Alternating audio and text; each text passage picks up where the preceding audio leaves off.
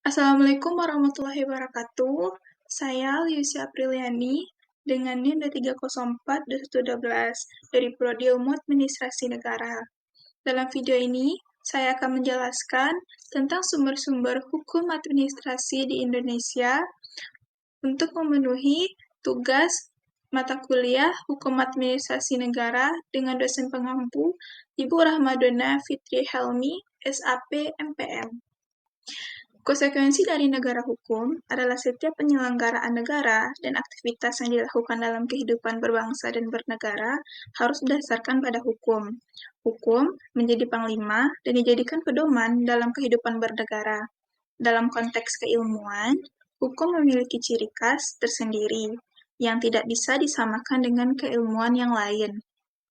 Negara hukum menjadikan hukum sebagai panglima dalam menjalankan sebuah negara, atau negara hukum, yaitu negara yang susunannya diatur dengan sebaik-baiknya dalam peraturan perundang-undangan.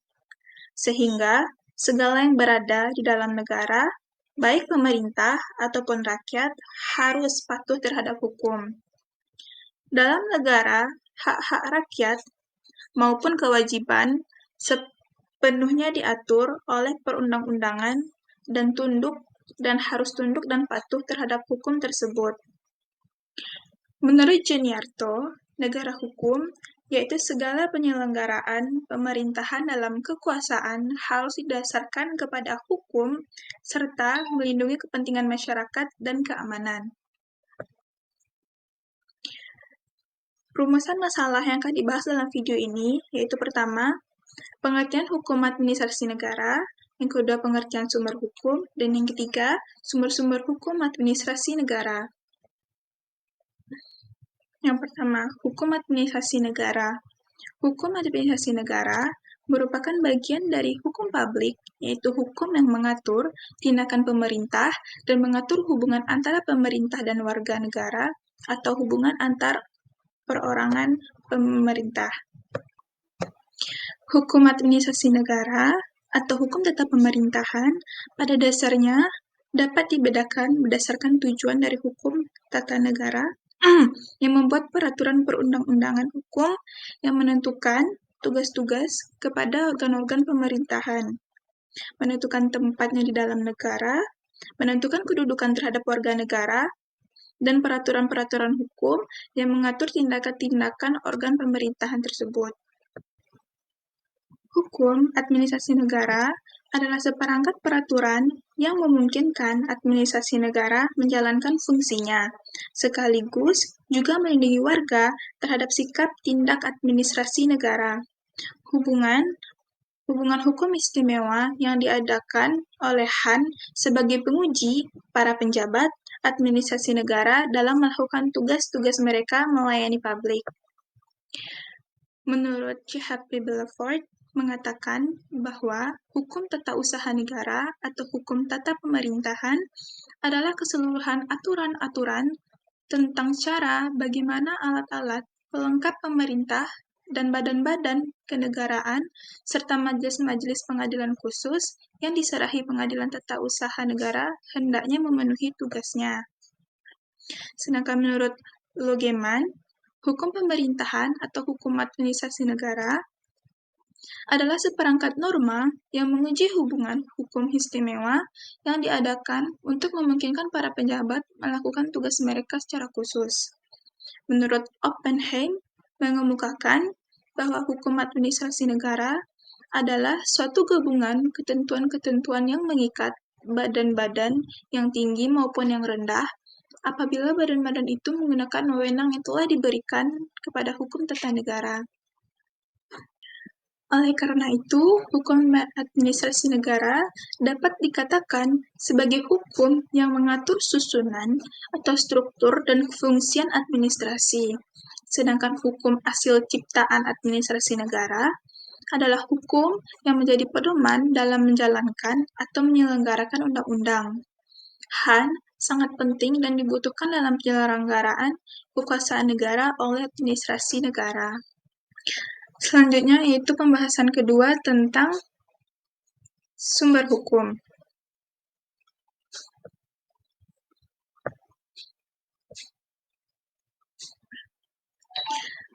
Pada umumnya, sumber hukum adalah segala sesuatu yang dapat menimbulkan aturan hukum, serta penafsiran tentang sumber hukum bergantung pada pendekatan yang digunakan oleh para ahli.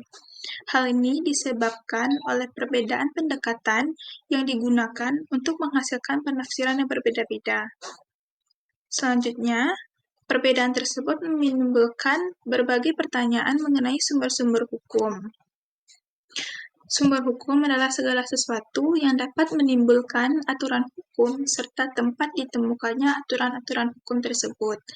Menurut Ridwan AHR, setiap orang memandang hukum dan sumber hukum secara berbeda-beda, sesuai dengan kecenderungan dan latar belakang pendidikan dan keilmuannya. Menurut Sudikno Mertukusumo, kata sumber hukum digunakan sebagai sebagai asas hukum. Yang dimaksud sebagai asas hukum, sumber hukum merupakan permulaan hukum, misalnya kehendak hukum, administrasi negara, sebagai akal manusia, jiwa bangsa, dan lainnya. Yang kedua, sebagai petunjuk hukum terdahulu. Sumber hukum memberikan hukum administrasi negara pada hukum yang berlaku sekarang, seperti hukum Prancis, hukum Romawi, dan lainnya. Yang ketiga, sebagai sumber berlakunya.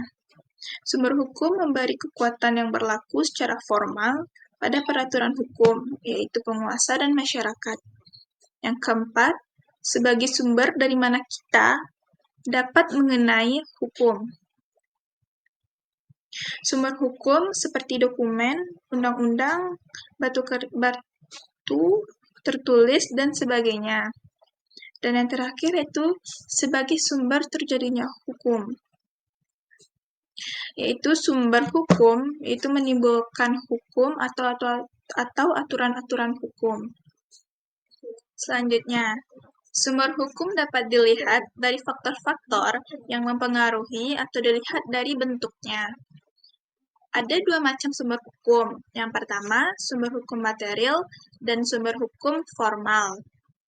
Sumber hukum material meliputi faktor-faktor yang ikut mempengaruhi isi dari aturan-aturan hukum. Sedangkan sumber hukum formal adalah berbagai bentuk aturan hukum yang ada. Yang pertama, sumber hukum material.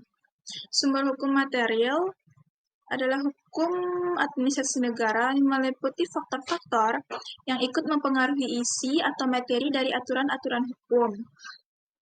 Yang dimaksud dari sumber hukum material yaitu segala sesuatu yang dapat menimbulkan aturan hukum serta tempat ditemukannya hukum. Sumber hukum dalam arti material dapat dibedakan menjadi tiga. Yang pertama, sumber hukum historis.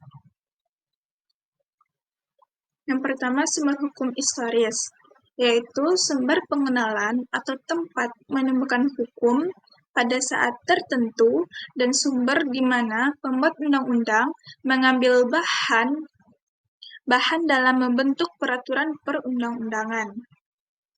Dalam artian pertama, sumber hukum historis meliputi undang-undang, putusan hakim, tulisan ahli hukum, juga tulisan yang tidak bersifat yuridis selama memuat pemberitahuan mengenai lembaga-lembaga hukum.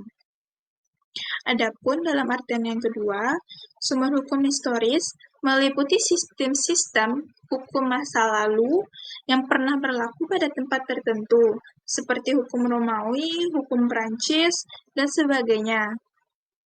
Yang termasuk sumber hukum yang kedua yaitu dokumen dan surat keterangan yang berkenaan dengan hukum pada masa tertentu.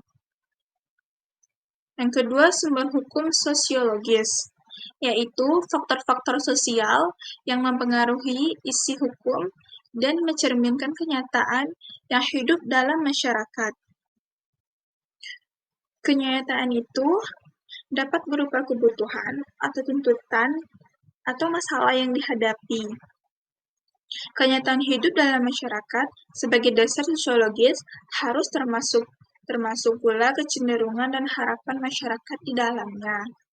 Yang ketiga yaitu sumber hukum filosofis, Sumber hukum filosofis yaitu sumber hukum yang menjadikan hukum itu adil, seperti hukum yang berasal dari wahyu Tuhan, hukum yang berasal dari cita-cita dan kesadaran hukum masyarakat, yaitu Pancasila.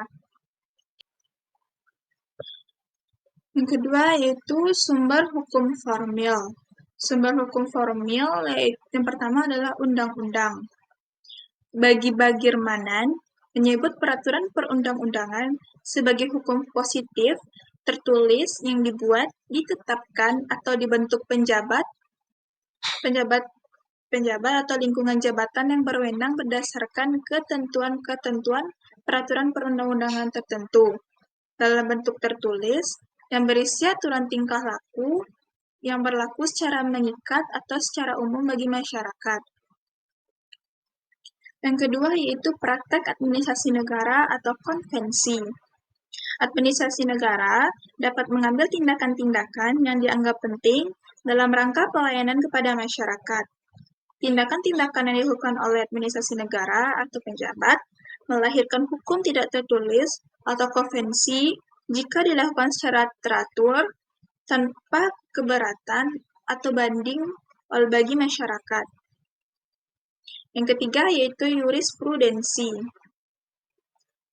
Jurisprudensi adalah putusan badan peradilan atau hakim yang diikuti secara berulang-ulang dalam kasus yang sama oleh para hakim. Atau jurisprudensi bisa disebut juga sebagai ajaran hukum yang tersusun dari dalam peradilan yang kemudian digunakan sebagai landasan hukum. Jurisprudensi juga diartikan sebagai himpunan putusan pengadilan yang disusun secara sistematis. Yang keempat yaitu doktrin atau anggapan para ahli hukum. Doktrin adalah ajaran hukum atau pendapat para pakar hukum yang berpengaruh. Meskipun ini tidak memiliki kekuatan mengikat, pendapat para pakar hukum ini memegang peran penting dalam penetapan hukum. Teori-teori yang dilahirkan oleh para pakar hukum menjadi inspirasi bagi pembentukan peraturan perundang-undangan dan putusan para hakim. Karena sifat doktrin ini tidak mengikat dan hukum administrasi negara menjadi sumber inspirasi bagi pembentuk undang-undang dan putusan para hakim, doktrin ini hanya dipakai sebagai sumber tambahan pada peraturan perundang-undangan. Dari semua pembahasan yang saya berikan, dapat disimpulkan bahwa hukum administrasi negara dapat dikatakan sebagai hukum yang mengatur susunan atau struktur administrasi atau pemerintah. Sedangkan hukum hasil ciptaan administrasi negara adalah hukum menjadi pedoman dalam menjalankan atau menyelenggarakan pemerintahan. Sedangkan sumber hukum adalah segala sesuatu yang dapat menimbulkan aturan hukum serta tempat ditemukannya aturan hukum tersebut. Sumber hukum terbagi atas dua, yaitu sumber hukum material dan sumber hukum formal atau formil. Sumber hukum material yaitu faktor-faktor yang menimbulkan aturan hukum, sedangkan sumber hukum formal yaitu bentuk aturan hukum yang ada. Sekian dari saya, video ini agar bisa digunakan sebagai penambah wawasan atau informasi. Mohon maaf apabila ada kesalahan. Saya akhiri. Assalamualaikum warahmatullahi wabarakatuh.